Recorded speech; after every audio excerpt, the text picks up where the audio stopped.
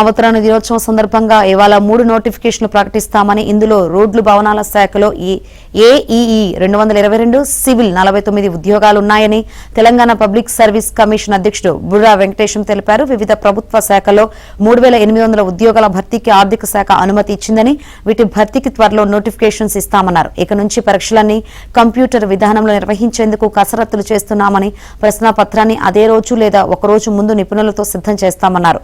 ప్రశ్నాపత్రం ఎవరు సిద్ధం చేస్తున్నారన్న విషయం తనకు తప్ప మరెవరికి తెలియకుండా గోప్యత పాటిస్తామన్నారు. సిబిటి విధానంలో నిర్వహించే పరీక్ష మార్కులు పరీక్ష పూర్తయిన వెంటనే కంప్యూటర్ స్క్రీన్ పై వస్తుందని వివరించారు.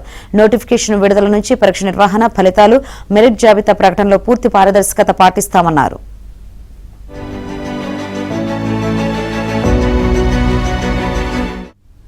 34 ప్రభుత్వ శాఖల్లో ఖాళీల భర్తీకి 3800 పోస్టులకు ఆర్థిక శాఖ అనుమతి ఇచ్చిందని, వీటి భర్తీకి ప్రతి నెల 2 లేదా 3 నోటిఫికేషన్లు ఇస్తామన్నారు. ఈ నెలలో మరో 3 నోటిఫికేషన్స్ విడుదల చేస్తామని తెలిపారు.